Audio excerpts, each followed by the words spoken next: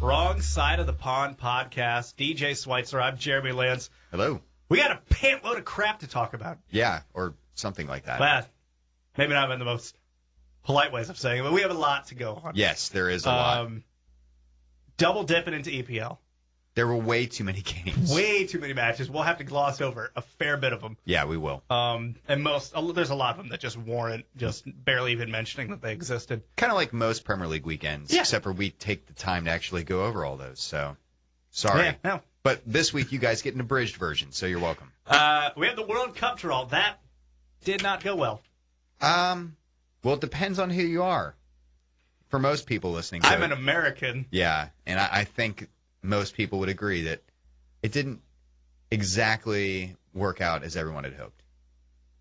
I mean, we kind of hit it on before. Like, there's not a whole lot of great options as far as what you were going to get. No, there are a lot of good teams out there. There were several bad options. There were several, some people would consider worst-case scenarios. There were a few teams you really wanted to avoid. Yeah, we didn't avoid anyone. Certain superstars you may have wanted to avoid. Mm-hmm. Alas, none of that happened. We'll be getting hit by a little bit of each. Yeah. So we'll got talk that. Yeah. That'll be joyous. Yes. Get ready. Speaking of joyous, though, we have the MLS Cup was this weekend. We had a lot of fun. We went out to we had a watch party for that. That was great. Yeah. Put on there. Yeah, we put on a watch party down at Rhinehouse, who also announced a partnership with the Cincinnati Saints, who we've also had on the pod to talk to us a couple times.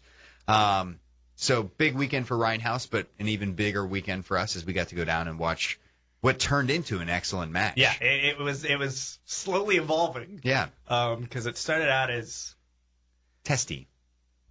You know, we were making fun of the Brits I think it was last week, about how they complain if a game is not tactically beautiful. Right. I was feeling that first half. I was like, this is just sloppy, just dudes just hacking at the ball. Well, everyone was freezing. Yeah, 17 degrees, I think. Yeah, no one really wanted to get into it. Frozen pitch. So it took a while for everyone to warm up, understandably so. They had to blow snow off of it beforehand. Mm-hmm. And people want us to play through the winter. Deal with that every week. Yeah. We also have a few other little things. We got some questions that you've tweeted at us. Also, this one completely just was lost on me, and then it snuck up, and then all of a sudden, FA Cup draw happened today. Teddy Sheringham and his son were the ones who did it, so that was kind of weird. That sounds like two old white people. Well, did I accurately describe that? Well, Teddy Sheringham's not that old. I mean, and his son? But his son's probably 20s. All right. So not old. Very white. Yes. Okay. Definitely both white, both English. All right. We have that. We have the FA Cup draw for round 3. A few little interesting matches there. Mm-hmm. Your boys had a rough one. Yeah. I had 2 excellent draws this week. Yeah. It was a lot to stomach. So draws have not been going well. No, they haven't been. So we'll get into that for sure. Also, match day 6 of Champions League. Things are wrapping up. We'll find out this week. There's too much soccer. There's too much soccer. There's a lot of stuff going on. Yeah. Including this awesome list I have here that we're going to get to. Yeah, we'll get to that one. Possibly the greatest list to be put together. Let's start, though, with the World Cup draw, because that was obviously the biggest story of the week. A lot of things leading up to it. But this is what we've been waiting for. Yeah. We've been waiting for this moment to finally, the moment there in Columbus that they qualified, the next thought was, who are we going to get? I remember, I think it was a day or two later, Landon Donovan was on Pardon the Interruption. And he was telling him, listen, because they were like, well, what's your expectations? Like, we have no expectations until we know our draw. Because based off of your draw, your expectations change. If you get a light draw, you got high expectations of obviously winning your group and moving on and hopefully progressing, progress through the knockout stages. If you get a rough draw where you're dealing with, I don't know, just say like 2 European powerhouses, your expectations change. And wait, are you saying that your expectations have changed? That's what Landon was saying. Well, back then. Yeah, back in September. He made himself sound really wise there. He did.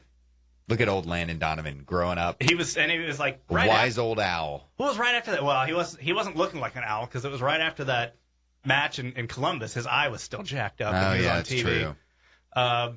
But yeah, let's just get right into it.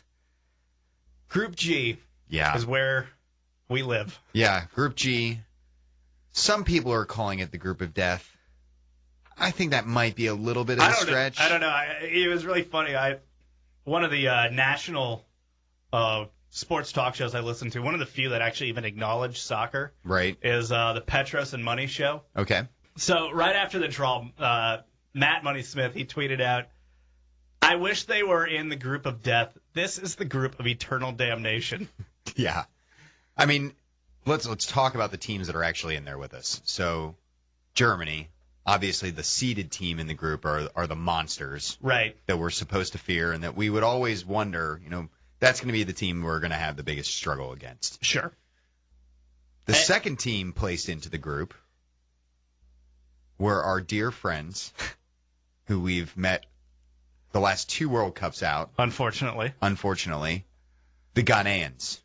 Ending poorly for us both of those times. Yeah. So the last 2 teams to have actually eliminated us in World Cups, Germany, all the way back in 2002 when we made the late run all the way into the quarterfinals. Magical year. Yeah. Year we beat Portugal. Yes, absolutely. Which hopefully will provide us a little glimpse into the future.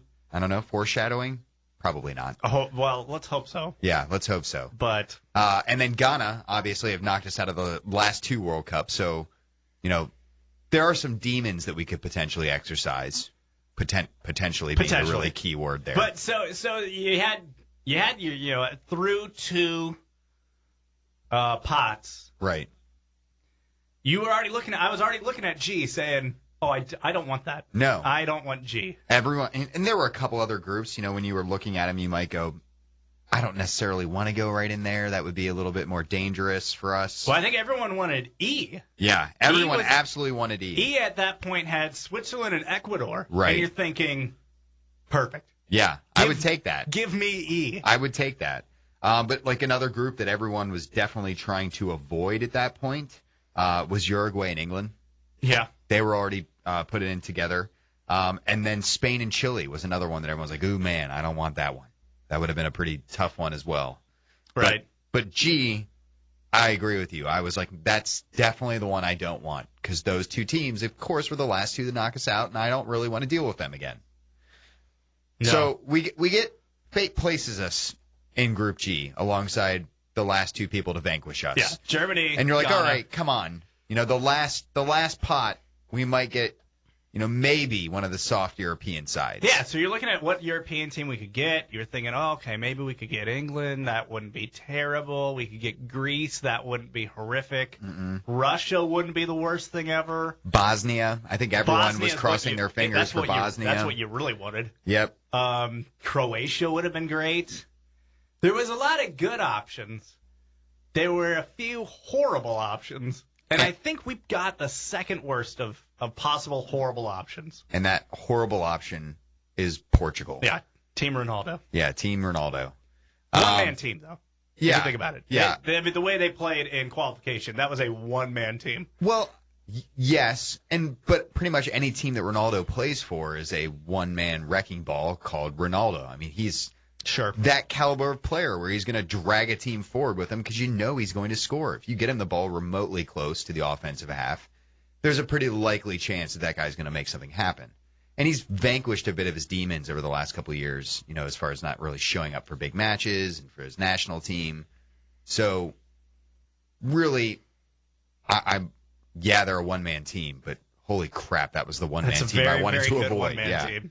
So, Portugal, like we had mentioned earlier, it's someone we've beaten in the World Cup before. Again, all the way back in 2002, I remember watching that game at about 4 o'clock in the morning when that kicked off.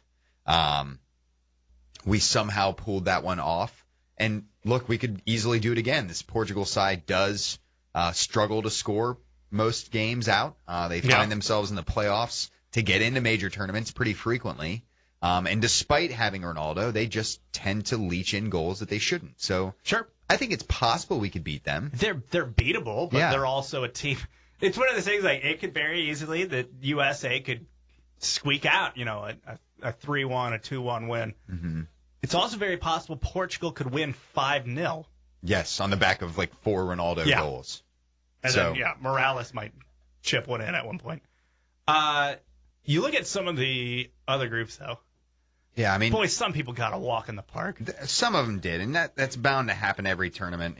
Group E is the one that everyone is kind of pointing their fingers at right off the bat. Sure, Group E is nice, and the freaking French frogs. Yeah.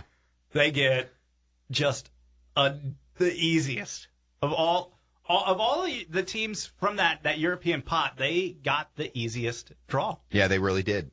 So they ended up with Switzerland. They were the seeded team. Again, everyone's a little confused how Switzerland's that high, but they're there. So is that great? It's the way it is. FIFA logic. Yeah. Ecuador coming in from South America. Uh-huh. The French and Honduras.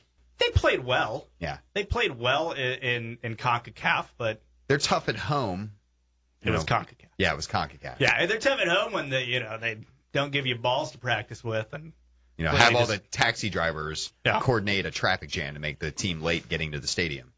So you can't do that at the World Cup. Although with the way infrastructure is going down in Brazil right now, it's possible. It's a likely shot. So you never know. It was interesting that the seeded South American teams, for the most part, got pretty easy goes. Yeah. I think it was Alexi Lawless on the post-draw reaction show on ESPN said that the Argentina in Group F, they don't even have to take the cigarette out of their mouth to play their group stage matches. Yeah, so Argentina have Bosnia, the European side everyone else wanted. One-man team. One-man team. Yeah, you got Dzeko and you got nothing else. Yeah. Can you name anyone else off the top of my head? No. Yeah, I can't. No, I cannot. Iran, another team that I don't know that I could name a player for, but we as Americans are supposed to just hate. Well, they don't. Their leadership doesn't believe the Holocaust existed. Well, so that's a problem. Yeah, that's true. And they're threatening to murder Israel. But yeah, whatever. Yeah. Well, the footballers were definitely the ones who made those threats. Yeah. Oh yeah. They're on the front lines. Yeah. But the last team in that group is Nigeria. And Nigeria are a traditional African power. They've been playing well. They have. They are the reigning African champions at the moment as well. Smoked Ethiopia. Yeah, they did. Thanks. Yeah. Yeah. D's. I know. Personal tie there. Sorry, buddy. But Argentina should win that group without really breaking too much of a sweat. No, you'd expect. And then you would expect that Nigeria would be the other team that would go through, but either way, it's a pretty soft group. I would say Nigeria's got that one wrapped up almost as well. So, speaking of seeded teams, how do you think Brazil's feeling about their draw? I think they're feeling pretty good. I think they are as well. They got Croatia, probably next to Bosnia, the weakest of the European sides from that pot. Yeah. Croatia are, again, a deceiving team. They should be doing better than they are, given the amount of talent that they have in their ranks. But they're just a team that can't ever seem to make it all click. I mean, they should have, on paper, they should have blown away Iceland. Mm-hmm.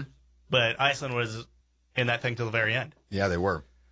They were. Mexico, obviously, we know their story. Yeah. Maybe they're going to get their ship righted before they actually ship off to Brazil. But who knows? Because, the matches that they played well late were just basically a Club America side with a few other dudes from Liga Mex. You bring back all those European players. Who knows? Some of them are saying they may not come back as well. So you're gonna go a World Cup and tell Chicharito to just stay home? Yeah. Okay. Well, all right. I don't know that that's actually what's going to happen, but there's a lot of drama. I'm hearing that too, though. Yeah. I understand what you're saying. Yeah. There's a lot of drama that's going to play out in the next 6 months, so it'll be fun watching that.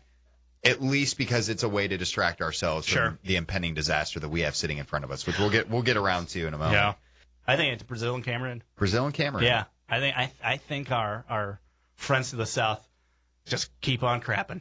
I hope so. I absolutely hope so. Yeah, it would be enjoyable to watch them continue to,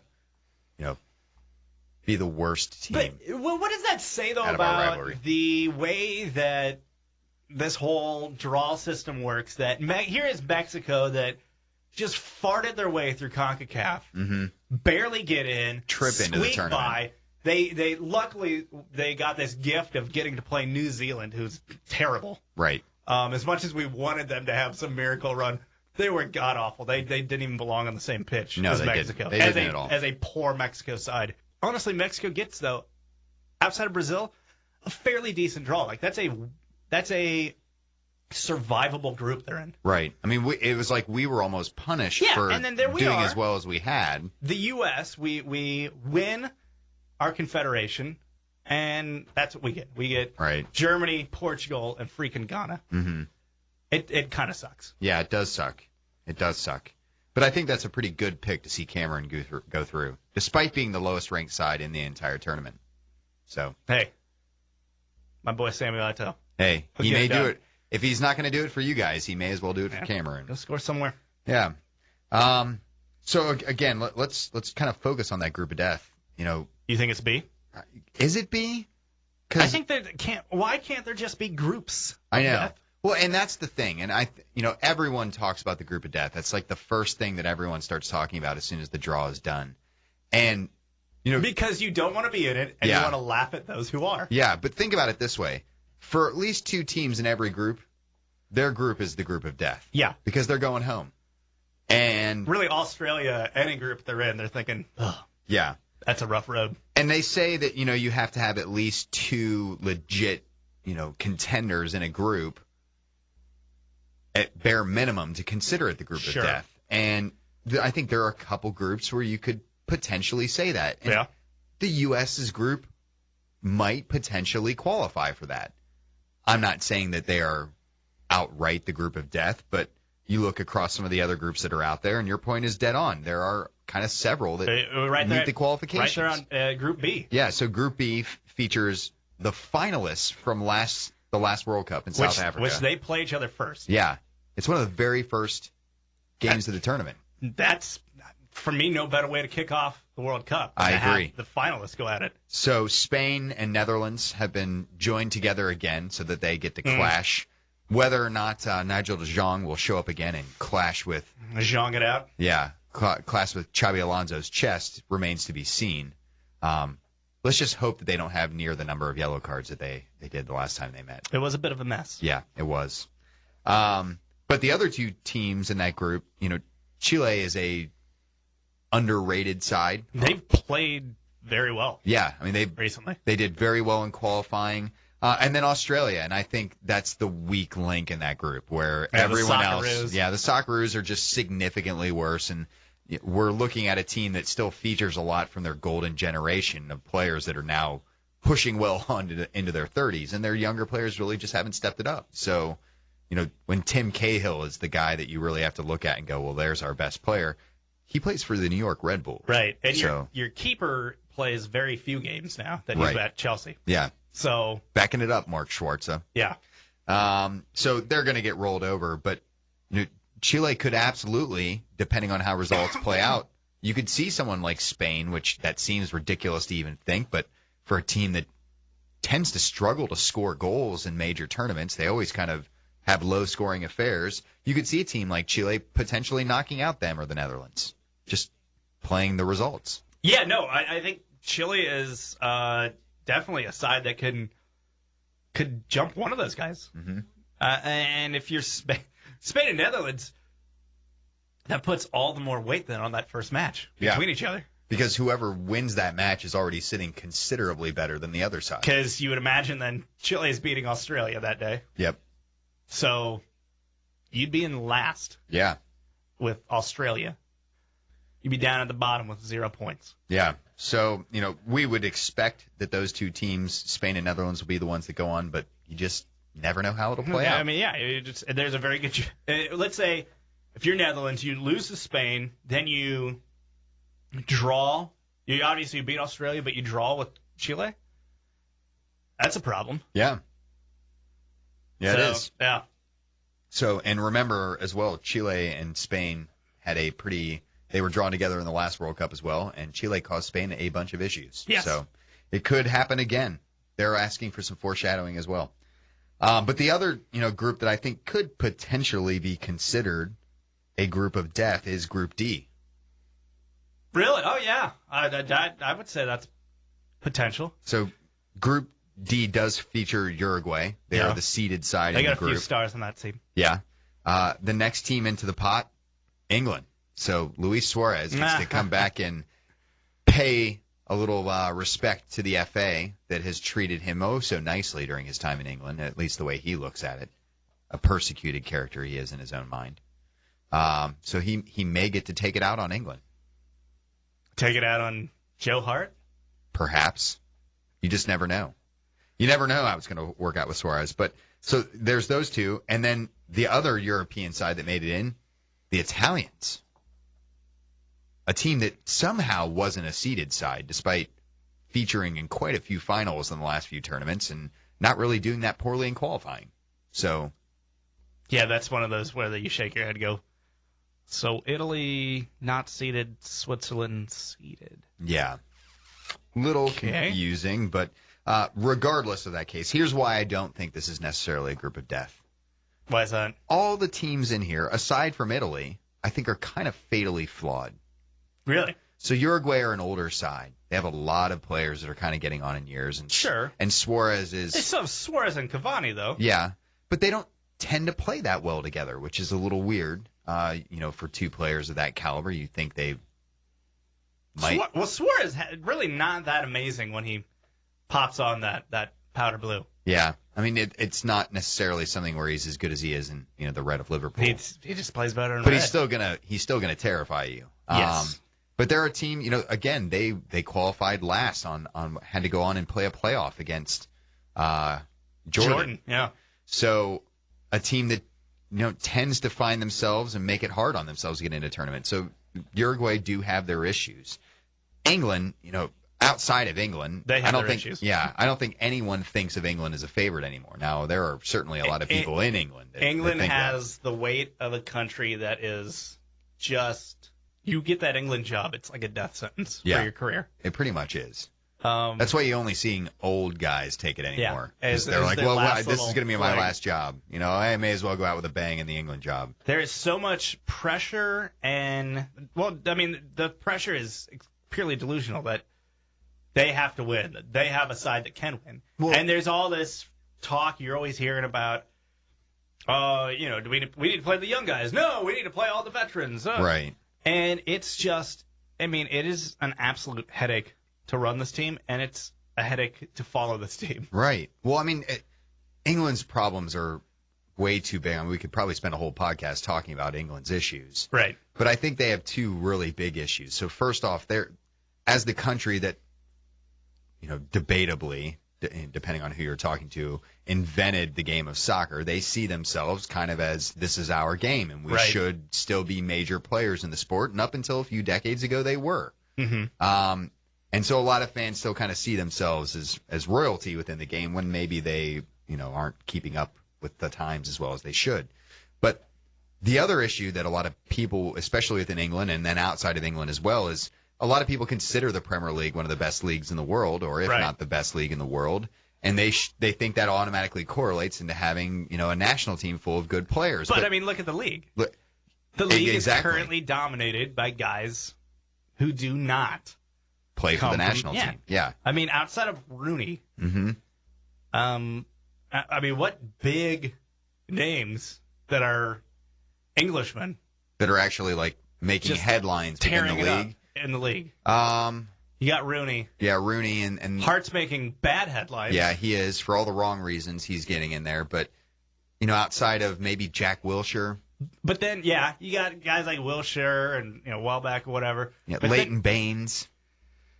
Yeah, but then you kind of get into these guys that they're kind of still having to trudge out a lot of older dudes. Yeah. Well, your Lampards, your Gerrards, your Ashley Coles. Yep. John Terry. Yeah, so again, we're at the tail end of a lot of the golden generation from England. And how'd that work for the golden generation? Well, it didn't work that well. Yeah. You could say the same thing about a lot of golden generations. Portugal, we could say that about them. They had a golden generation when we knocked them out of the World Cup. Yeah, that was their golden generation. So that seems to be a misnomer because most of the golden generations end up not being anything more than just polished brass. But And I just think they have expectations that are overinflated by their role in establishing the game and their role as far as a league in the game. Mm-hmm. And unfortunately, their best players really aren't that good. And that's what we're kind of getting at with them not really making any headlines in the Premier League. So, and that is why the U.S.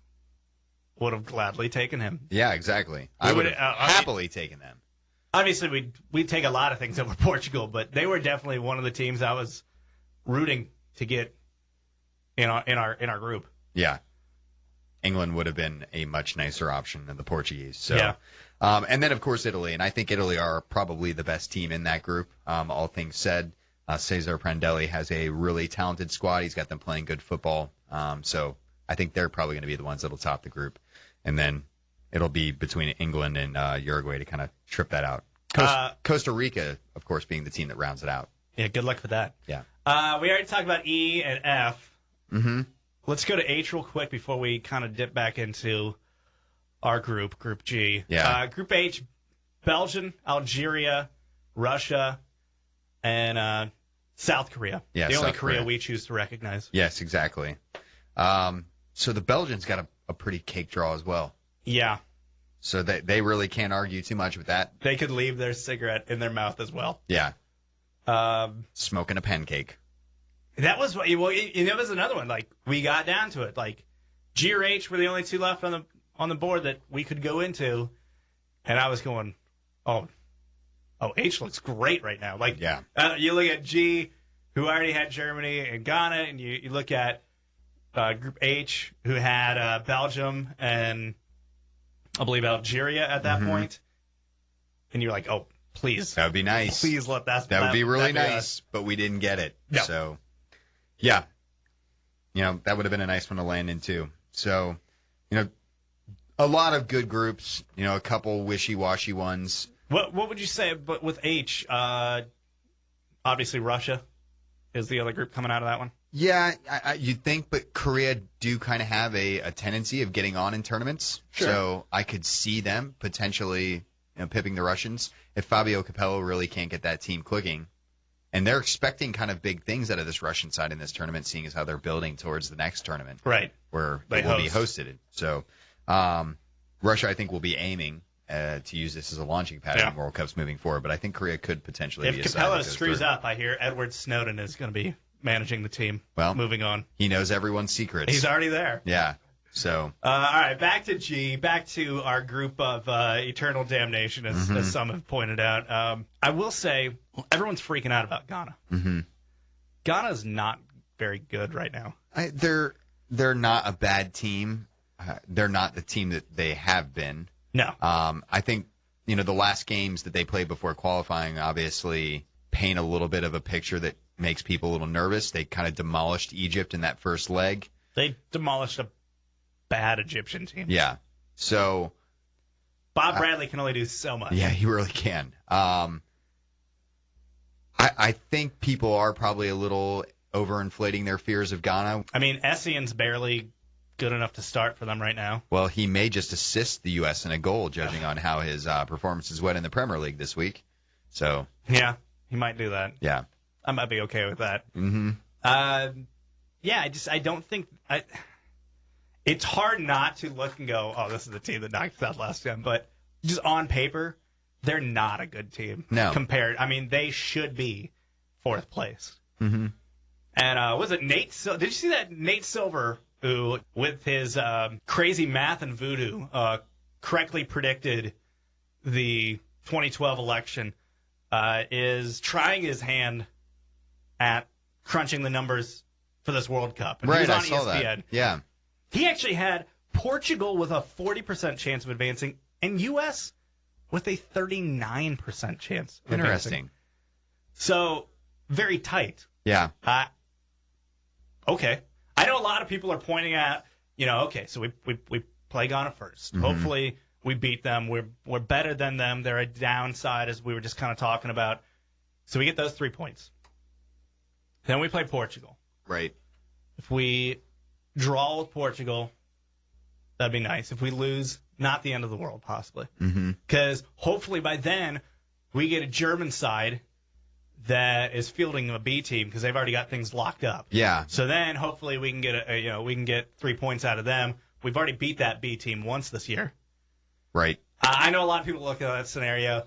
I feel like that's just way too many ifs for me to be comfortable about It is that. a lot of ifs, and everyone seems to be taking this as an automatic death sentence, and I think it is a much tougher draw than anyone could have ever hoped for. But this is not what we wanted. This is not what we wanted at all. But I think, we've talked about, Ghana, and we've talked about Portugal being teams that we could potentially pick off and get 3 points against. The other thing that everyone seems to be ignoring about Germany, and Germany are a fabulous attacking team, but they let in a lot of goals. Mm-hmm. And a counterattacking team like the U.S. could potentially steal points against them, kind of like you were saying. And if it is a weakened team, and hopefully they'll be getting guys in to avoid yellow card suspensions as well, so they may have some more second stringers that are going to come in too. Whatever the case may be, there are scenarios where we could potentially lift points off of all of these teams. Yeah.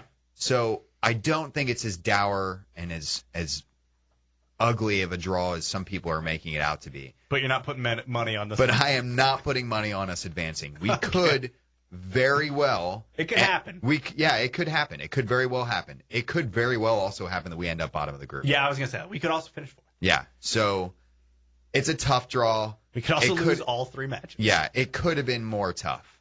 I don't think that there are groups that we would have wanted to avoided, much less than this one. But at the same time, it could have still been a worse draw. Outside of B, I don't know what else would suck more. Yeah.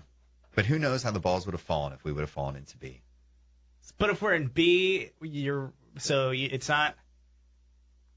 It wouldn't be Australia, so that would be the group of death then. Yeah. It would have been Spain, Netherlands, Chile, and us. Yeah. That would have been a little show. tough. Yeah. But I think the bigger issue with the way our draw worked out, we did get a kind draw in that we're playing Germany last. I think that's like the silver lining in our group. Yeah. So I guess the other thing that everyone's griping about, though, is a lot of flyer miles to be made here. So we're going to make, 8,800 miles in travel, almost 9,000 miles in travel, just for our group games. Yeah. And that's just talking about between the cities themselves that we're playing in, not even counting in where our home base is. Right, because every team will kind of set up shop in one of the cities. And you have to go really early. Teams that didn't even qualify went out and reserved their places. Yeah. So we already had that picked out before we knew where our group matches were going to be. Right. So we couldn't go let's be, kind of find something central. Yeah. No. And there really isn't much of a central location to much of Brazil. It's a weird kind of spread out But we country. picked down in the south outside one of the bigger cities. But unfortunately, our draw took us to almost all of our cities are in the north. Yeah. So we start off playing against Ghana and Natal. Okay. Which is Northeast, yeah. Northeast, yeah. So we're on the coast. Then we fly all the way to the middle of the freaking Amazon jungle to play in Manaus against Portugal. They say that one is, you are quite literally in the jungle. Yeah. And humidity is ridiculous. Horrible. And temperatures will be well in excess of 90 degrees. Well, that was the thing. I remember they interviewed Klinsmann right afterwards, and he seemed more worried about playing in Manaus than playing just Germany or Portugal, regardless of where it was. So that's bad. And then so that's Portugal in Manaus. That's Portugal in Manaus. Oh. So everyone's going to be sweating and running a bunch in that one. Hopefully they'll give us water breaks. They've actually legitimately been talking about giving them water breaks. Wow, so, that bad. Yeah. And then the last game is back out on the coast in Recife. Okay. So we are against Germany. So we are looking at all this travel, potentially having to fly south in between all of these games to go to our base camp. And that is going to be a serious amount of travel strain on the squad that's going to be playing. And I don't, they talk a lot about this in, the NFL when teams have to go on extended, West Coast trips. Sure. Where, if you're, the Bengals and you have to fly out to play in Oakland and then you have to fly out again the next week, that's very tiring on the players. And the U.S. are essentially going to be doing this in between all of their group games. Oh, yeah. Yeah, there's a reason why they give bye weeks to the team that has to go play in London. Yeah. They give you a bye week right around then, so you can take a breath and get your sleep cycle back, get your rest. Right. Which that gets, that's one of the things Jurgen's always is a lot. He's big on conditioning and rest and being, having stamina and being fit for your matches. We're going to need it on this trip. So, especially for Manaus, apparently. Yeah. So I think that is probably the aspect of the draw that is more daunting than the group once you start looking a little bit deeper. But everyone's still shaking in their boots a little bit because of what we ended up in. Well, obviously, as we get closer and closer to June, we'll continue World Cup talk. I'm sure things will come out between now and then. We'll have a few friendlies, which we are going to have one with South Korea. Yep. But it's not during an international break, so it's basically just going to be MLS dudes, I believe. Which is fine. I think we need to find supporting cast members and quickly. Yeah, that'd be good. So yeah, we need some depth. Yes, we do. Also a daunting task is what we now have to do, which is cover 2 weeks, essentially, of EPL. Yes. Of course, with the Wednesday and the one worthless Tuesday match, Crystal Palace and West Ham. Right. And then this week, we had a full slate of games that we got to hit. And let's just get into it. We'll start with the midweek action and the match that really made the most waves and really just kind of started building on a story that grew over the weekend. Yep. Manchester United 0, Everton 1. I believe it's 21 years since they last won at Old Trafford, yeah. So Everton finally getting that monkey off their back at the expense of the manager who failed to do that in 11 tries. So David Moyes taken to the falls on the sword against his old team. I mean, it's been a bad week, and we'll get into this more as we get into the weekend matches as well. But pretty tight match, though. Yeah, I mean, it was tight. Everton were probably the better side throughout the match. I mean, I think they dominated. And this is something that we'll get on again as we talk more about how Everton played in the weekend matches, too. Everton are just playing attacking, free-flowing soccer right now. Yeah. And Martinez has done a wondrous job at kind of making this team anew and breathing some life into them. It was definitely something that was talked about today, too. But I think the one thing that everyone always says about Martinez is, he's got this free-flowing football. This is the exact same thing that he did at Everton. And he never deviates from his style of play. Everton sit out, and they're going to play their football regardless of the opponents they play. Now, he has markedly better players at Everton than he did at Wigan, which is why we're seeing a little bit more success. But I think on top of that, you have to give him a lot of credit because he is doing things with this Everton side that no one really expected. Yeah.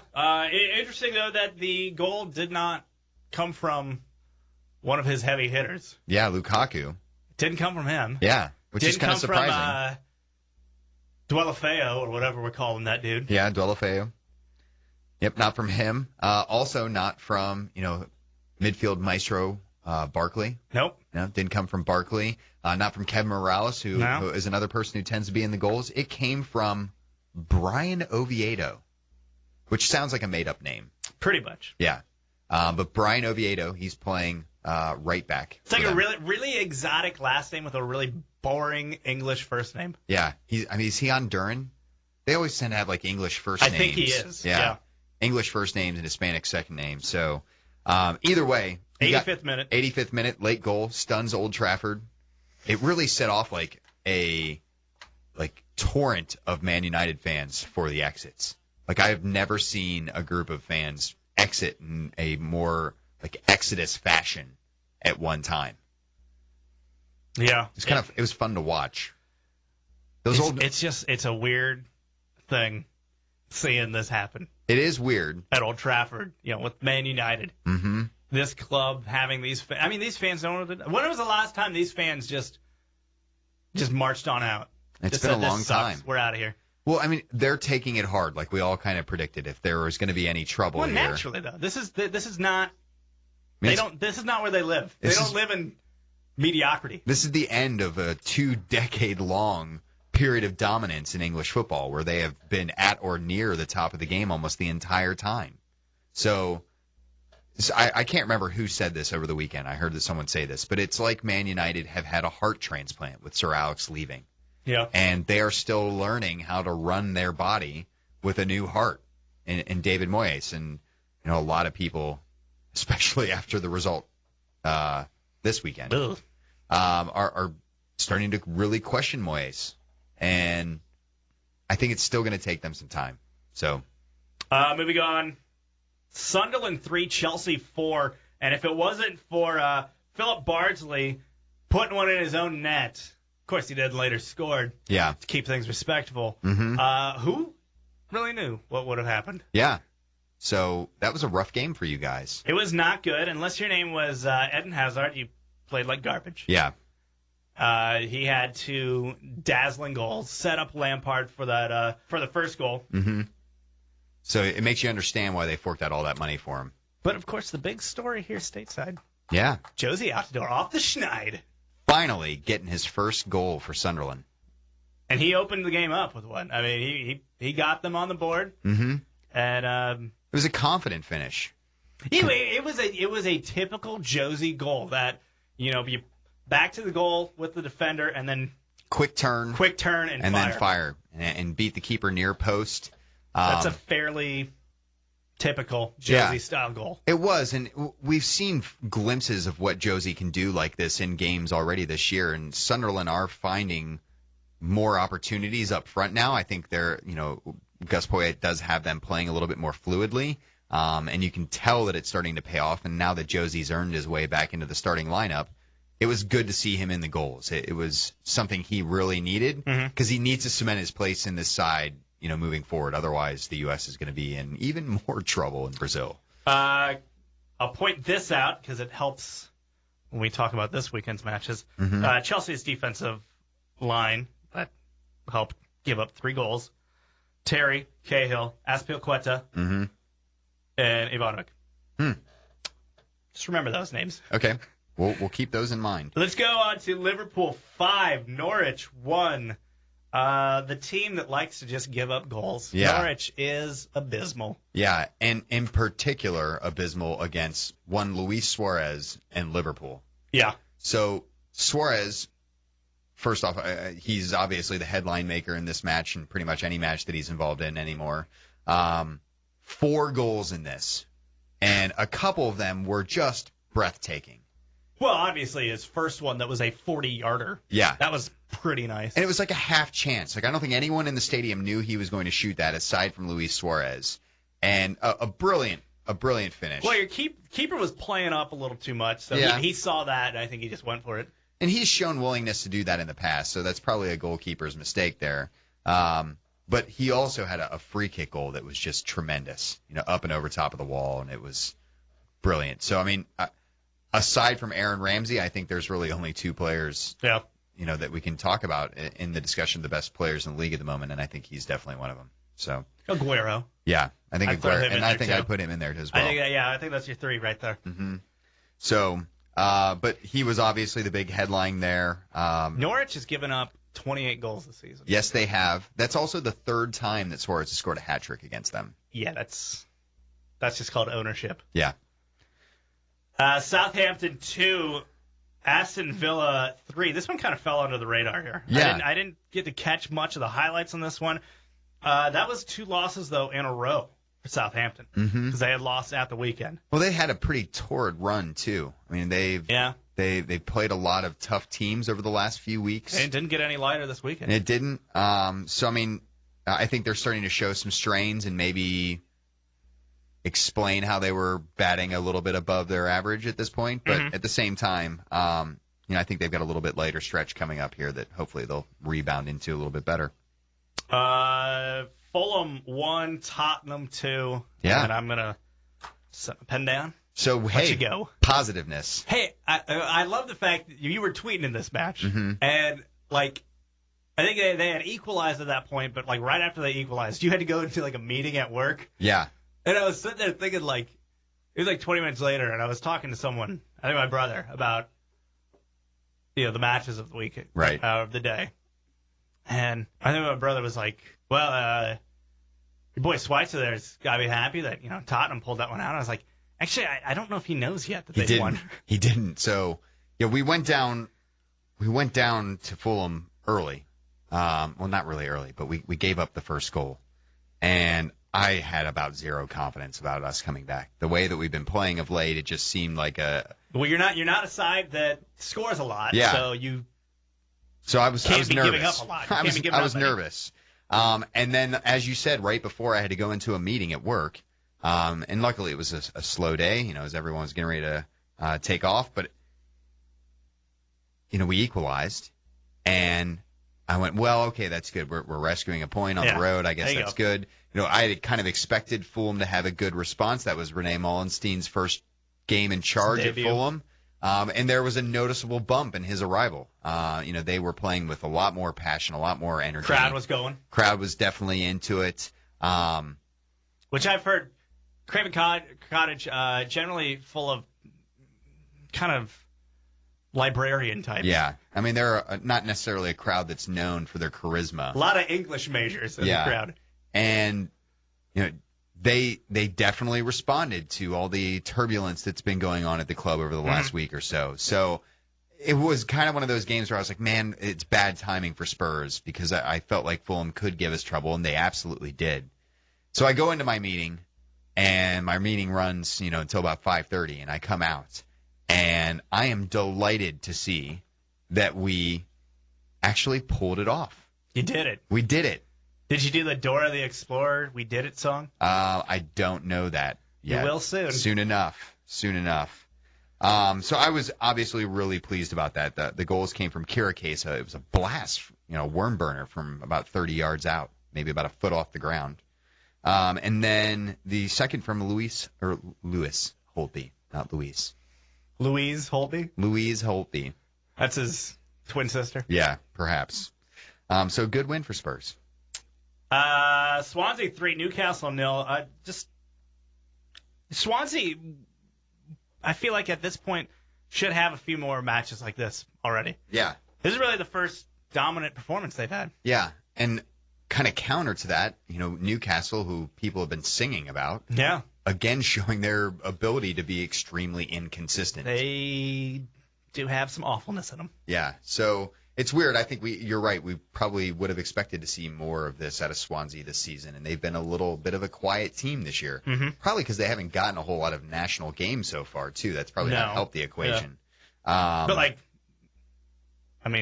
you talk about the guys that we were praising for Swansea last year. I feel like I haven't talked about any of those guys. No, we really haven't yet. So good to see them getting a win, 3 points up on the board. Arsenal 2, Hull City 0. That basically went the way you thought it would. Yeah. The only thing that really didn't go the way we thought it would with this match was the person who opened the scoring. Yep. And that was Nicholas Bentner.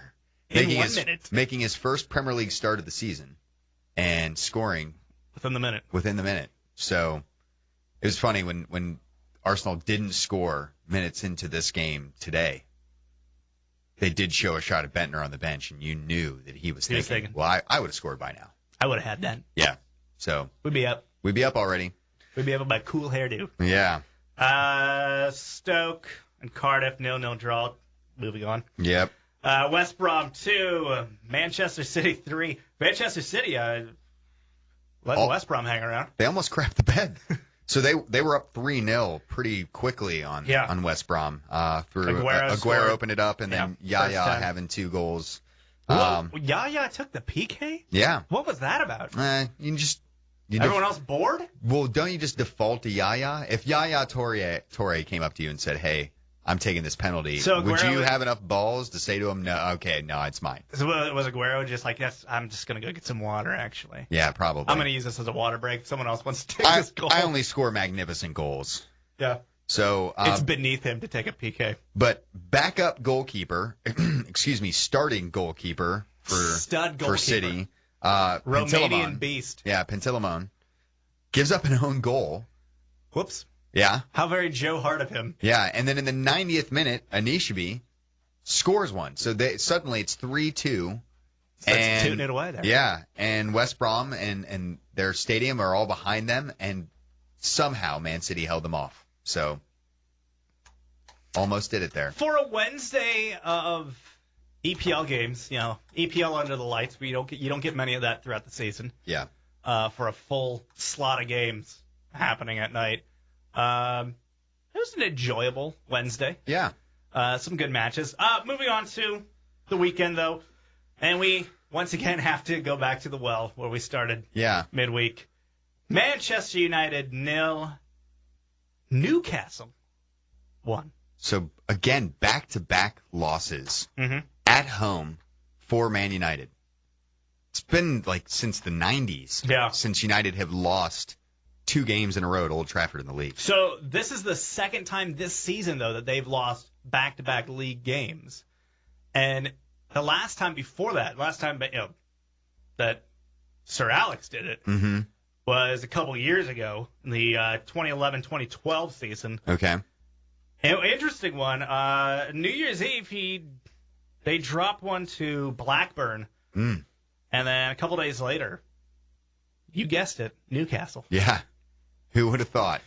All sorts of foreshadowing. Yeah, so Newcastle gets the win. I got to tell you, as much as I hate Manchester United as a Chelsea supporter, and really as just a sports fan that's never a fan of the New York Yankees of any sport, which Manchester United definitely are. Right. They can go buy whoever they want. They have this, we got all this history. Yeah, good for you. Go after yourself. That sounds a little, hypocritical coming from a Chelsea fan, but go on. That we have a lot of history? Well, no, more we can go and buy whomever we please. Well, it's a half dozen teams that can go buy whoever they want. Oh. Go on. But anyways, I never liked the New York Yankees. Right. It has been kind of difficult, especially this weekend, just to watch the pain in David Moyes' eyes as he realizes his dream job is crumbling around him. Yeah. I mean, he needs some sort of positive result. And, the Champions League this week would be a great place to kind of, mute the critics a little bit. But the guy's in a heap of trouble at the moment. Yeah. Like, he is staring up a very steep hill. And, I agree with you. It's kind of almost sad seeing this happen to United. I'm thoroughly enjoying watching their fans go into meltdown over this because of how they've always looked down their noses at everyone and said, "Oh, you need to give your managers more time." And at United, we always give our managers time. Well, they're not really doing that right now, especially as it showed as their fans poured out of their stadium twice in the span of a week. And the Moyes out hashtags rampant on Twitter. They were definitely rampant. I don't know if it was more Man United fans using those or fans goading on Man United fans. But United are in trouble, and it's a team that is lacking confidence for sure at the moment. And the weird thing is, it's like, where were some of these guys that were just crushing it last year? Getting older. They relied a lot on Giggs last year. They've relied so much on Wayne Rooney. Mm-hmm. I mean, think where they would be without Rooney. Outside of him, which, there was a lot of thought if he was still going to be around, because him and Moyes have bad history. Mm-hmm. And there were allegedly Chelsea and a few other teams that were sniffing around. Yeah. So it's a club that definitely you kind of wonder, it's the same team that won the title last year by nearly a record number of points. The heart transplant analogy that I used a little bit earlier is, I think, a great way of looking at this. I would expect that Man United and their board, people like Sir Alex and other looming people within that club would understand that panic firing him would be a bad thing right now, but something needs to be done, because if they miss the Champions League, I think they have to fire him. This is not that different, though, of a team from last year. No. The only big difference is the manager. And you really got to wonder, they talk about Phil Jackson, one of the greatest coaches, and one of the things that made him great was he was able to manage personalities. Mm-hmm. You got to wonder what's going on in that locker room. Yeah. Has he lost control of the room? I mean, when he goes up there in front of the board to speak, is that locker room just tuning him out? I mean, I would think that there are probably some players that are... I mean, so I'm sure some of the young guys. Yeah. And I think a couple of the older guys, they're there to try to help smooth the transition. You look at Right. someone like Giggs and you look at Rio Ferdinand. Neither of these guys are really getting much time this year, and I think they're trying to help Moyes get this team on. Okay. And I think because they're not playing, because they don't have the clout that they used to have, and a lot of these young players are coming through, they're really just lacking leadership almost. I mean, it's a weird thing to say about United with those type of old players, but I think there's just a lack of leadership in general, and Moyes has been trying to lean on these older guys, and it's really not working out for him. Mm-hmm. And I don't know if that's the main reason why they're kind of having issues. I don't think there's like a rebellion building against him, but I think there are probably some unhappy players who aren't really seeing the field as much. I mean, Marino Fellaini, I think he thought, well, my day is made. My old manager signs me. I'm the big signing of the summer for them. I'll probably just walk into this team, and he's sitting right now behind Tom Cleverley and Anderson in the United midfield pecking order, which is pretty damning because Tom Cleverley sucks. And Anderson has been like this guy that we thought was going to do well for like a decade now and has really never done well. So there's just a lot of issues going on with United, and it's a big murky situation that I don't think anyone can point to one thing being the main issue they're having. But clearly they're struggling adapting to the difference between Moyes and Sir Alex. They sit ninth right now. Yeah. Yes, they do. And they've been in ninth, roughly, that position now kind of for hanging around. Pretty much a good course of the season. They are a mid-table side. You. They are absolutely that this year. Well, at least as far as form goes. But yeah, I mean, they've really been nothing but mid-table. Mm-hmm. And the results are kind of showing. Yep. Let's move on. Stoke 3, Chelsea 2. Sorry, man. It's all right. Some bright spots to point out. Apparently Mata's back in favor with Jose because that was his third start in a row. Yeah. So that's positive. I think, and he's been playing well. He's playing a lot more defense than he had been. And well, I think and that's that what United have done, yeah. That was the knock on him. Or Mourinho has done. Yeah. That's what Mourinho wanted him to do, though. Right. And that was what a lot of speculation of was why he wasn't starting early in the season, because he was a bit one-dimensional. And good old Jose's banged him into form. Yeah, well. Unfortunately, the rest of the team seems to be crumbling around him. Well, Shirley was money. Yeah. He had to. It was Hazard's turn midweek, and then Shirley said, I'm going to be the guy that's going to carry us. Well, you have so many players in the Chelsea team that can have games like that. Yeah. And, I think, it's kind of speaks something you said.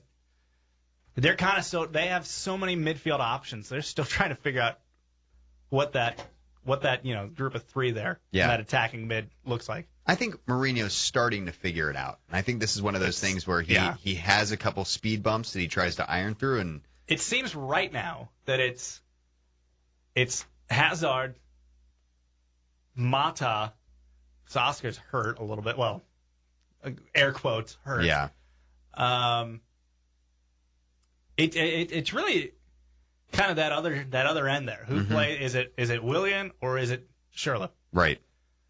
And I would say Schürrle's definitely had the better matches. Right. Willian's had that one sweet goal against, I even forget who it was, some crap team we played earlier in the season. It was crap. Outside of that, he hasn't been that amazing. He's mainly started in European play, which that hasn't gone spectacularly well for Chelsea, despite the fact that they still managed to advance. Yeah, and yet you still have someone like Kevin De Bruyne who can't even get a sniff of action. And he started the season so well, too. He's Mr. Street Clothes. Yeah. I mean, he's not even wearing the uni at this point. He's just hanging out. So it's a curious situation. I don't think it's any indication of you guys being in bad shape right now. Well, and that gets to the problems with Chelsea. All three strikers made an appearance.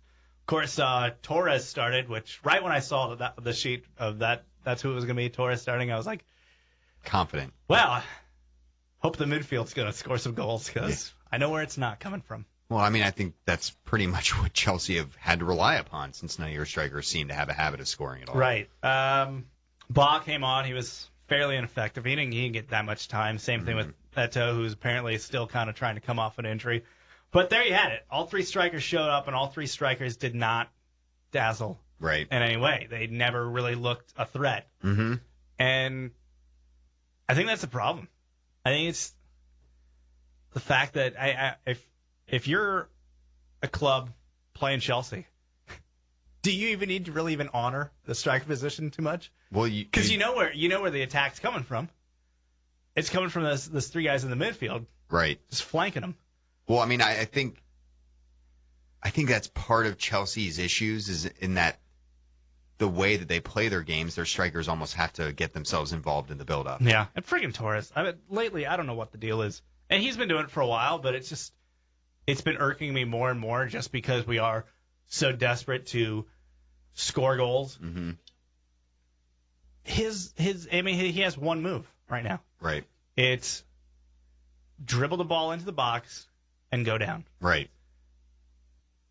I don't think he's ever got a red card this year called or any kind of PK or anything. Well, it can be completely ineffective, and that's all he does. He just runs straight into a defender with the ball. Mm. So he was doing that Saturday. They would move the ball downfield. They'd have great movement. They'd shuffle it around. They'd get it to Torres, and he would completely kill that offensive run. Well, that's Torres for you. Defense. Yeah, so you asked us to remember a few defenders. Terry. Yep. Cahill. Mm-hmm. Azpilicueta. And Ivanovic. That's who started. Right. Same as who started midweek. Okay. They combined for giving up 6 goals in those 2 matches. Bunch of tired legs in that at the end of the game, too. Yeah. I think, could you maybe attribute late goals to the tired legs of 4 guys who've played a majority of the minutes in the last 2 fixtures in, 4 days' time? Well, I mean, right now they kind of have to, though. The problem is they sort of have to. So Luiz is still out. He's hurt. Mm-hmm. Ashley Cole, I guess, is hurt. He's getting on. Maybe some hurt feelings. Yeah. That he's not getting the minutes. Butt hurt. He's probably butt hurt. Mm-hmm. But yeah, they're starting. There's some clear problems in that back line. Yep. Oddly enough, the person I would have liked to have blamed for all these things, I don't think John Terry's actually been playing that poorly. He's been playing very stellar season. Yeah. All things considered with his age. Indian summer for him a little bit. Absolutely. All right, let's move on from that horror show. Right. By the way, otherwise, Stoke has been pretty terrible. And the fact that they were able to score 3 goals, this is a side that 7 times this year have been shut out. Yeah. Not a team known for their goal-scoring prowess. Southampton 1, Man City 1. Yeah. Sergio Aguero, he scored a goal, of course. Yes, that's what he does. As I tweeted out, Aguero has scored. All is right in the world. The sun has risen from the east, and both were just as expected. Yes, exactly. But Southampton, again, proving how they are a team that deserves recognition and should be kind of feared by a lot of teams. Getting a result. How about that goal by Osvaldo? It was succulent. Like one of those type of goals that you need to go see it. Go find yourself the gif of that one. Yeah. Fire up the Googles because this is something you need to see. So definitely go out and check out that Danny Osvaldo goal. That's his second goal of the week, or the week as well. And second time this week that Aguero scores in the first 10 minutes. Yeah. Unfortunately for City, that was it for them. Mm-hmm. That Osvaldo, I think, was 41 minutes in, so kind of everything happened in the first half offensively. Yeah. That game kind of went to sleep towards the end, too. Yeah, but you know what? Get credit to Southampton. I mean, they've had a couple big tests lately. Mm-hmm. They played pretty well in almost all of them, too. I mean, they didn't necessarily have the best string of results during this really tough run, but they looked good in just about all of the games. So you still expect them to hang around towards the top of the league for most of this year. Liverpool 4, West Ham 1. There were 3 own goals in this match. Yeah. For once, Suarez was not the leading scorer. An own goal was the one who actually took the winner. O'Brien, Demel, and Skirtle. Skirtle also had one the previous weekend, so he's in rare form. Yeah. Get him out there. Get that guy out there. Yeah. Suarez, though, did score again. That brings him to 14 goals on the season. Okay. Now for your excellent list. There are 5 EPL sides that have not scored 14 goals. Oh, God, please don't let one be Tottenham. Tottenham has 15, so they're not really out of the woods completely. All right, I feel better about that. They have one more. Okay. West Ham, 13. Okay. Yeah. Sunderland, 12. That's not surprising. Hull City, 12. Hmm? Crystal Palace, 10. Ooh. And Cardiff, 11. Those last two there, Sergio Aguero with 12 goals. So more than those two. Yeah. But five sides don't have as many goals as Suarez, and we are in the middle of December. That's pretty amazing. Yeah, that's one of the greatest. We'll have to see how long. We'll have to track that, see how long that goes. I mean, goodness, if we're talking in mid-February, he's still beating out teams. Yeah. Well, Wow. think of it this way: Manchester City have a goal differential of 26. Yeah. So. And that's with them only with these 2 matches here. They only gained 1. Yeah. So kind of incredible to think. So they've slowed down a little bit. Yeah.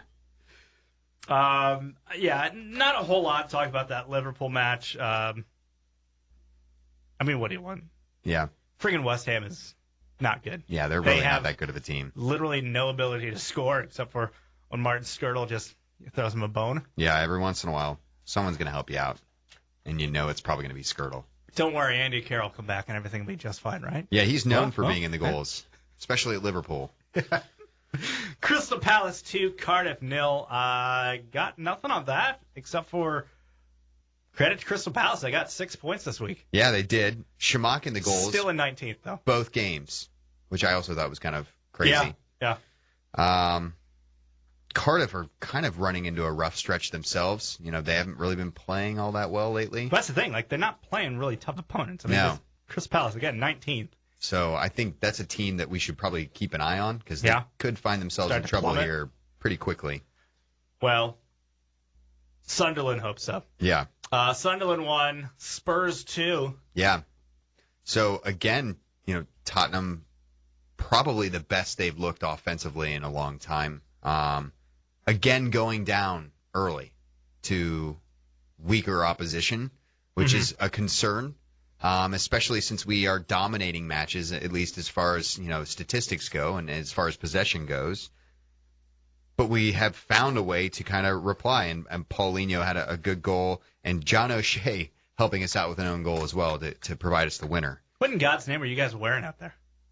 It's a pretty funky color blue. Boy, Yeah. don't adjust your TV set. No, it's a tealish blue, light bluish kind of weird color. I like it. You like it? I'm a big fan of it, but that's me. Another plus out of that match. Josie did start again. Yeah, he did get another start. Back-to-back starts. Yeah, he wasn't the one who got the goal. It was Adam Johnson who actually nipped it for Sunderland. But, yeah, Spurs, you know, 2 more goals from, you know, open play.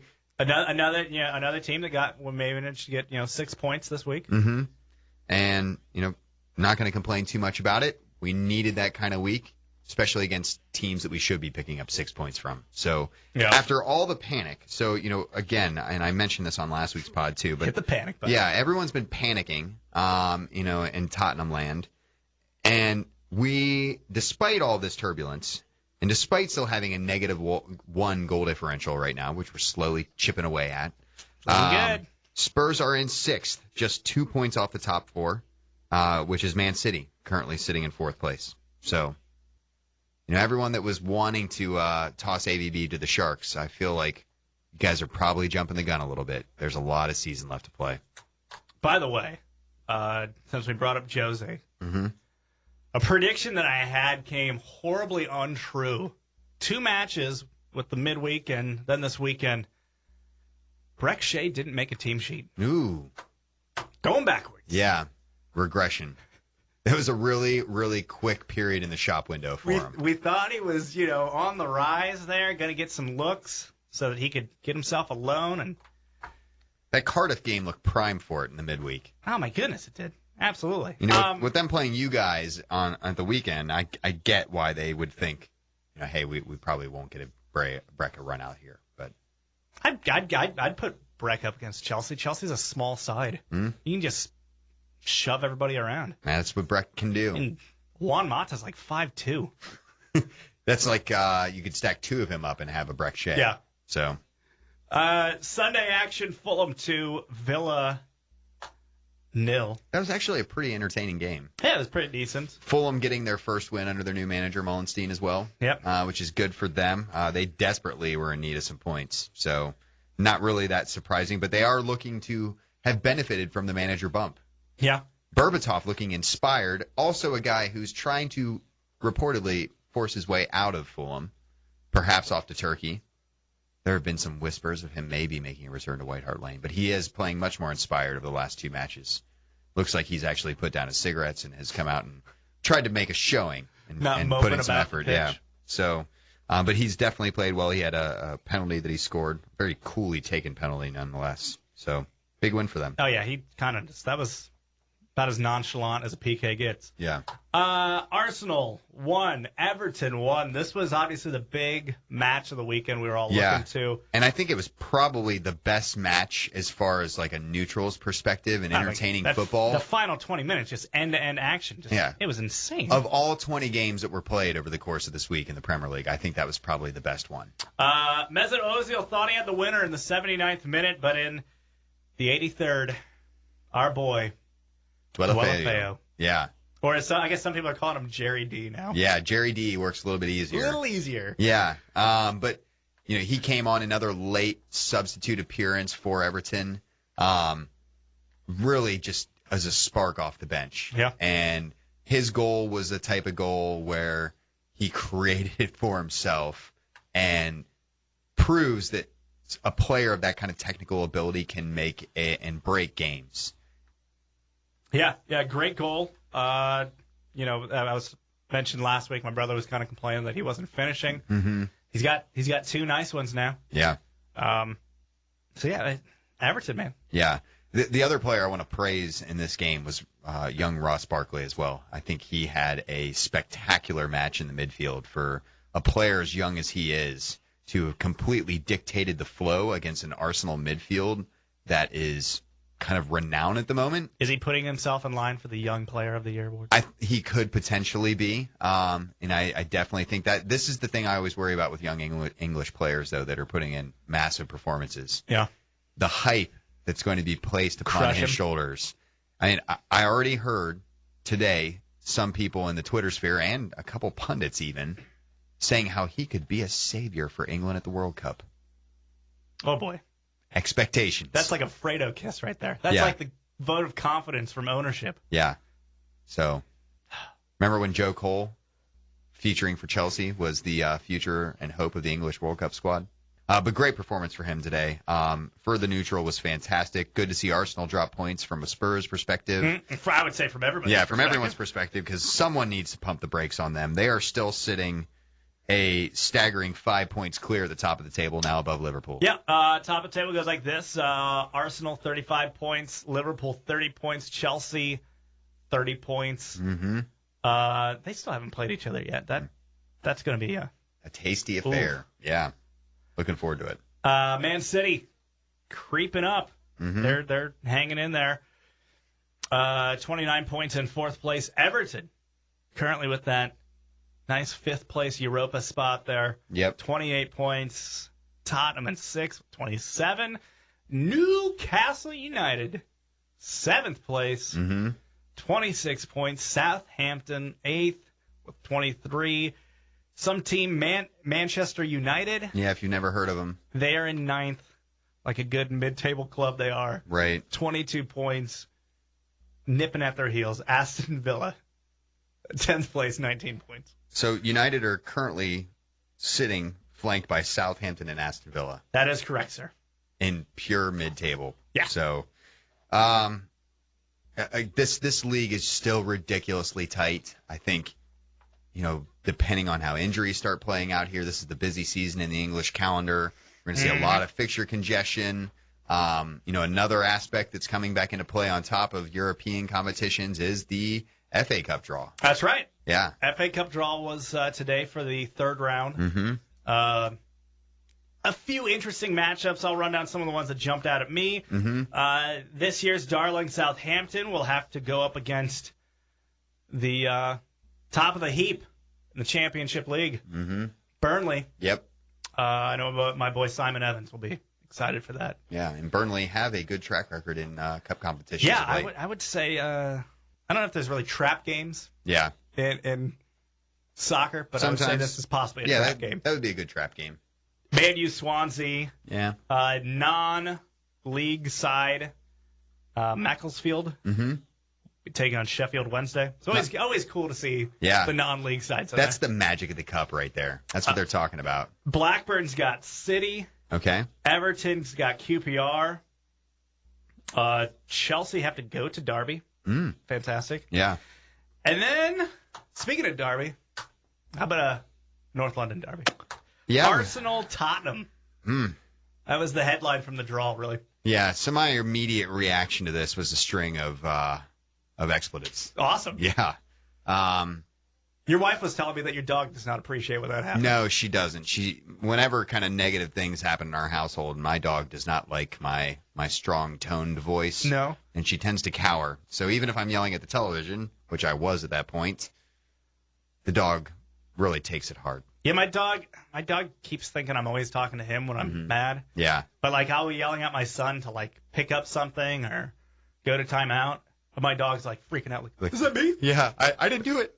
Please don't be mad at me. It's like, Ted, you're fine. Yeah. Don't worry about it. Yeah, so it was a second really rough draw for me in a weekend. A rough one. Yeah, my immediate reaction to it, again, was kind of negative, but I want the chance to kind of exercise some demons here as well. Yeah. You know, our Arsenal have kind of had our number as of late. Clearly with them sitting as high up in the league, there were a lot of expectations for Spurs this year. I would love to do them one in this cup. Like, I think that would be awesome. Now, the issue is we have to go away to do it. So we've been drawn at Arsenal. The interesting thing about this is rules in the FA Cup stipulate that a certain percentage of your seats have to be given to traveling away fans. So there are going to be 9,000 Tottenham fans at the Emirates for this. There you go. So that should be pretty interesting. That'll be January 4th and 5th, those matches. So look forward to that. Yeah, a couple weeks away. Yep. All right, let's get to it. We had fun with it last night. We did. MLS Cup. So a very freezing game in Kansas City. Yeah, 17 degrees. Very windy.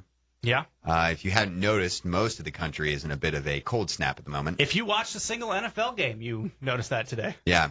And Kansas City certainly got punished by this.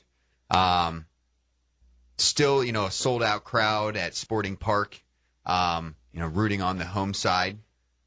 Kansas City, the game started off kind of boring. Both teams really not really taking too many chances, sloppy play. Yeah, I think I mentioned that earlier. Yeah.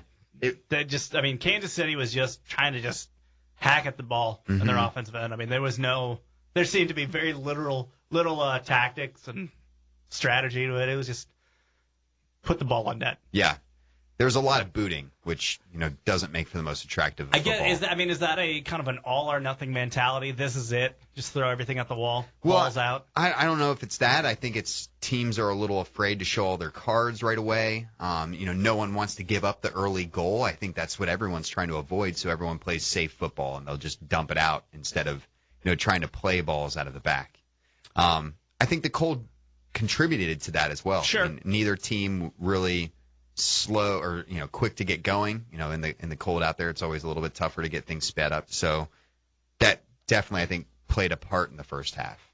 Second half, though, things picked up. Yes, they did, and not just in a sporting aspect, but also in a very unsporting aspect because things started getting pretty chippy. Yeah. So we did see a lot of kind of rougher play. Phil Haber almost got a bruised mustache. Yeah, he really did. He had a lot of bruised ego. I think he took a swipe at the referee in the process of what he perceived to be a foul. Well, he got shoved, and then the second attempt for the shove didn't really happen, but he just went down anyways. Yeah, and in the process of kicking out at a player that he was being quote unquote fouled by, he he also kicked at the assistant referee who was trying to come in and break things up. Which so, wouldn't that generally be a straight red? You'd think if to you kick a assault referee. the official. Yeah, so Phil Heiber was definitely one to get a little testy in there a couple times. Even the first half, there was some real rough play, and the refs were just letting it roll. I think this is something we see a lot. The last World Cup final that Howard Webb ref, that we talked about earlier, featuring, I think it was 11 or 12 yellow cards in that game. Referees are very afraid to have a major impact on games that are so impactful.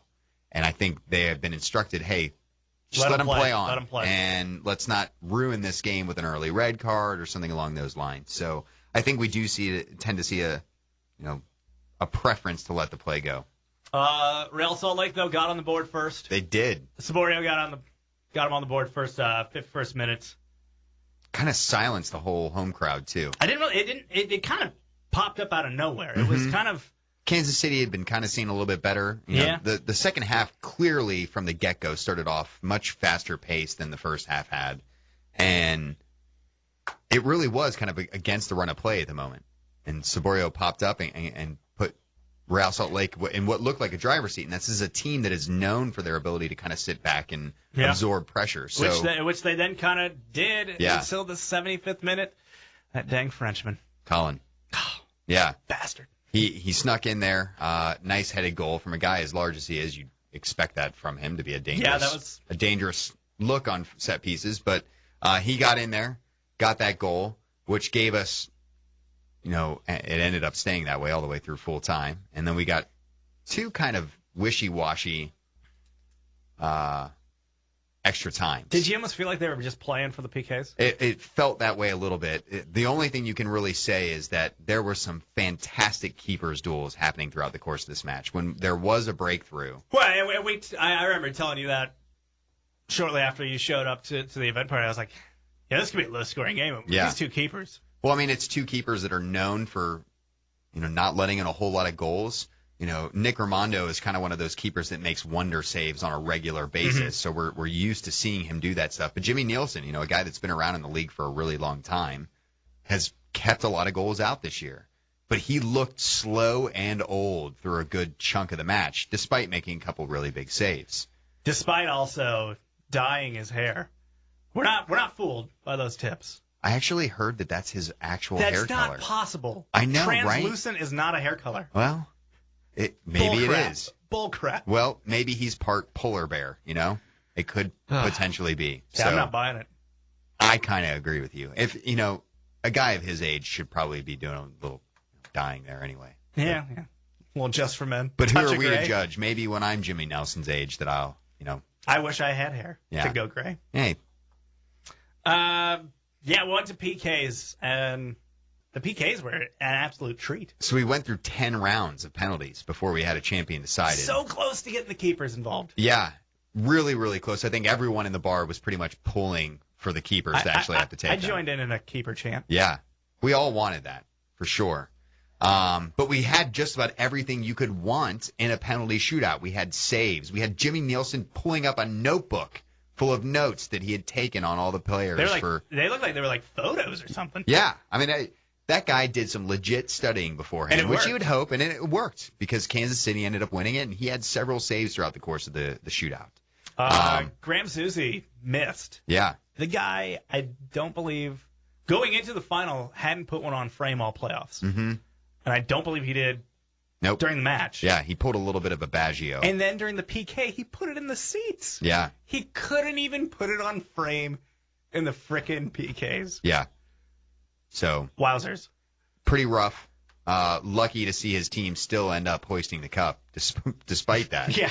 So fake Lukaku blew it. Yeah, but it was a fabulous, a proper penalty shootout. Like if you're going to see a game have to be settled by penalties, you want it to be as dramatic and back and forth as this was, because both teams had opportunities to actually win it. So all in all, though, great little capper for the MLS season. Yeah. We had a fun time. Yeah, I mean, it was a good time down at Ryan House. They always put on good events for us. Thank you guys again for hosting us. It's always nice to be down there. It's great. Look forward to more events with them in the future. Potentially some other ones coming down the road as well. Yeah. We had hopefully some things in the works here. Yeah. Before we get to the labyrinth that is Match Day 6 for Champions League, we had some questions. Yeah. So we tried something a little bit differently today. Wanted to get some questions out from you guys that we were going to answer. And we're now going to do this. We're going to do a set hashtag of WSOTP pod. So it's a bit of a hefty hashtag. So keep an eye out for it. I'll definitely be tweeting about it. But anything that you tag with that will be questions that we can answer for you. And legitimately anything you guys want to send us, and I'm saying anything, we will go ahead and try to tackle those. And luckily we got a nice response to this new way of approaching things. A couple of them actually were spawned from last night's penalty shootout in the MLS Final. So Mel B, a pretty frequent listener and question asker of the podcast, wanted to know what had happened or what would happen if the goalkeepers had gone and we were still knotted up.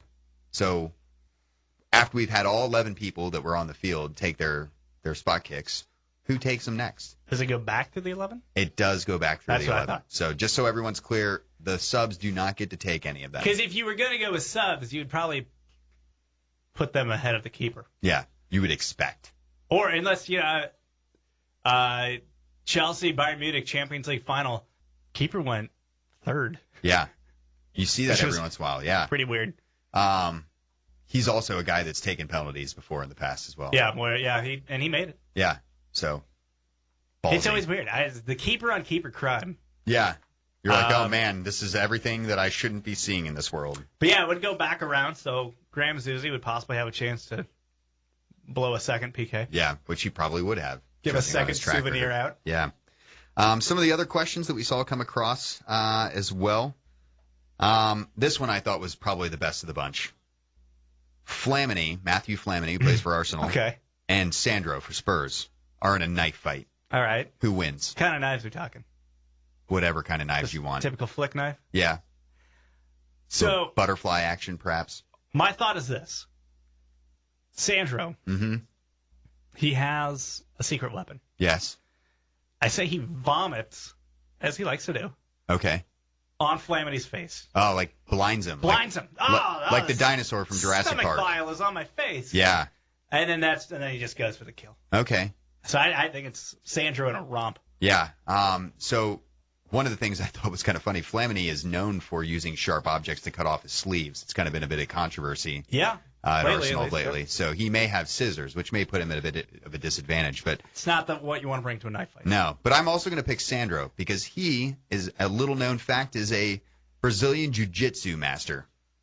If you've never seen it, there are some awesome videos of Sandro doing some crazy new jiu-jitsu stuff. So he could probably bob and weave his way away from I think he could strikes. give both knives to Flamini. But Flamini is the kind of guy that I think you fear like running into in a back alley. He's just going to shank you and take your wallet. Like, that's the type of guy he is. So, he'd fight dirty. You know what they say the best thing is to bring to a knife fight? A gun. A gun. Yeah.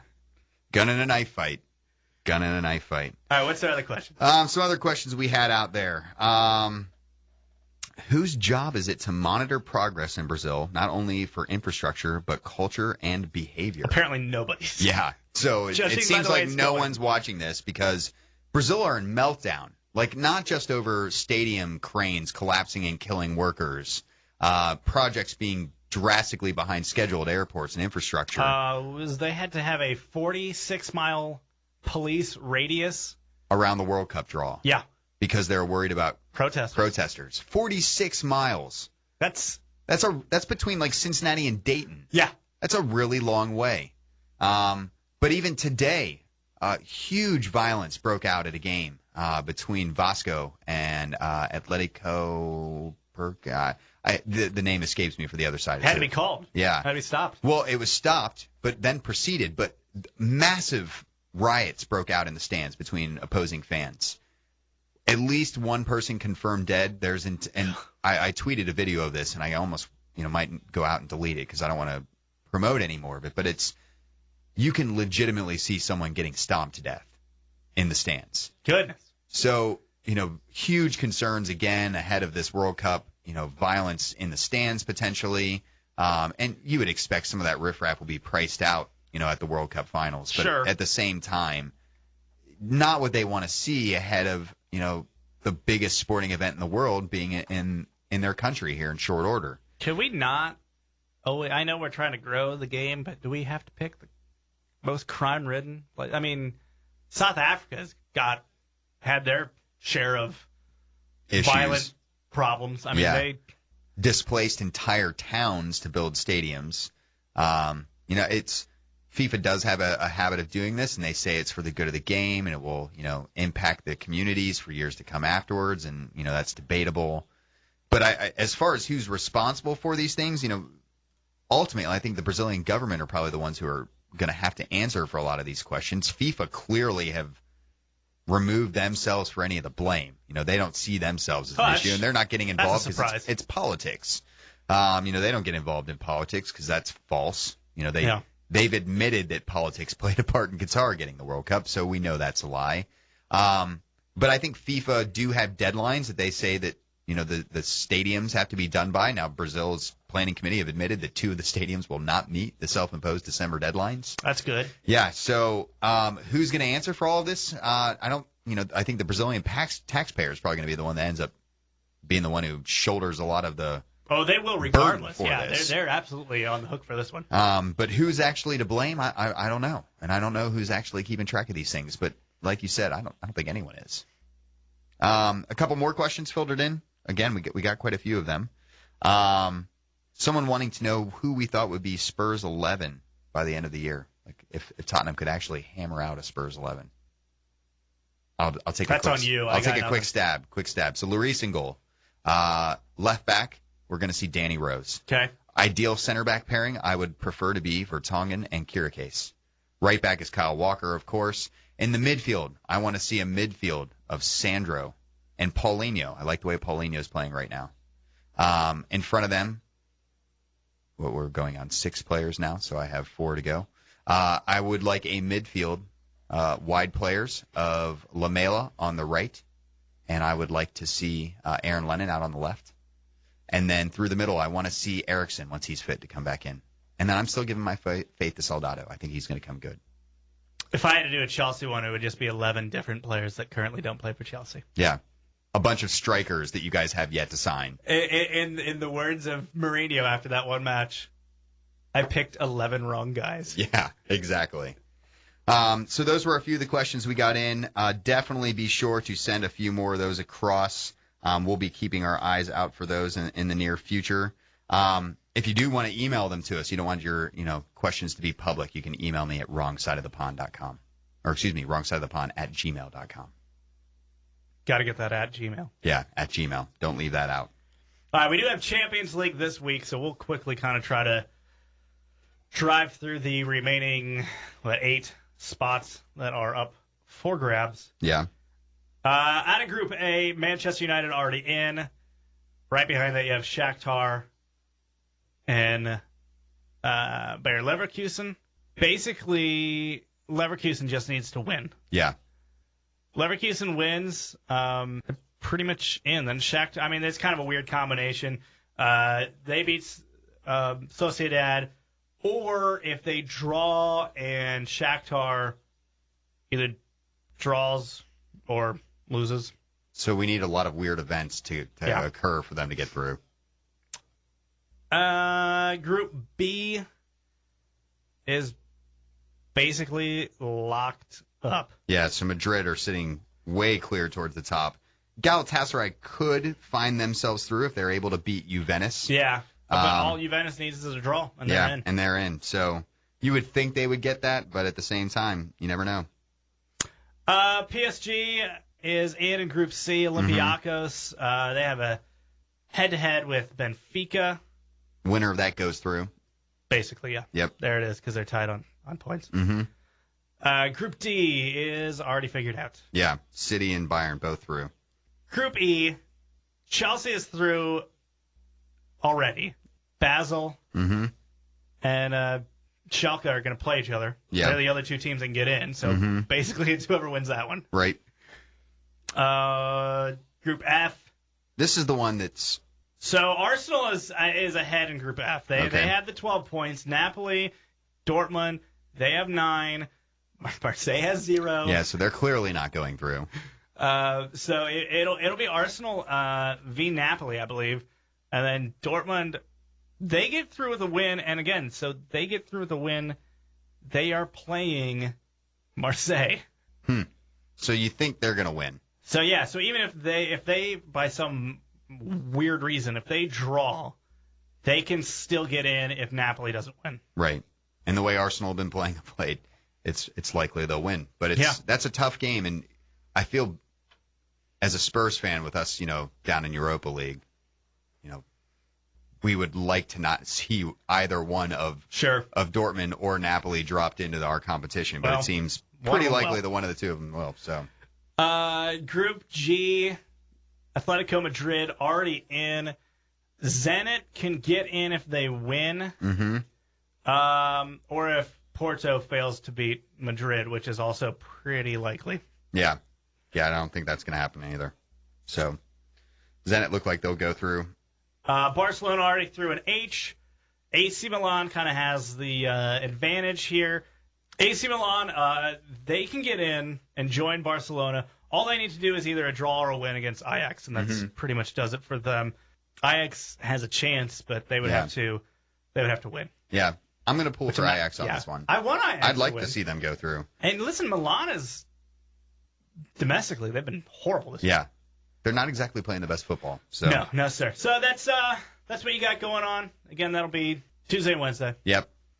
Because Europa, what are they doing? Yeah, Spurs are just rolling through this group with like third-team players. So they played it over Thanksgiving. They played it like a ski resort. They did. They played Tromsø up in Norway on a synthetic pitch, and they'd gotten like somewhere around 6 inches or 8 inches of snow the night before. And it looked like there was like a Swiss or whatever, like a Norwegian lodge right there in one of the ends. Yeah, I will admit it was nice having some football to watch on Thanksgiving and not the NFL kind. Oh, I started watching it after the Packers just completely had thrown in the towel. Yeah, well, I switched over. So a lot of football we covered this week. We'll have a bit to talk about next week as well. Yeah, next week we got some pretty good matches. City and Arsenal will do battle. Newcastle, Southampton. That looks tasty. Yeah, it shouldn't be too bad. And then Tottenham's playing Liverpool. Yeah. You guys really don't get much breaks. We've had a lot of big ones. I feel like we're constantly talking about you guys just going up against somebody. Yeah. So it'll be a big one. We have a lot of Liverpool supporters that listen to the pod, a couple close friends.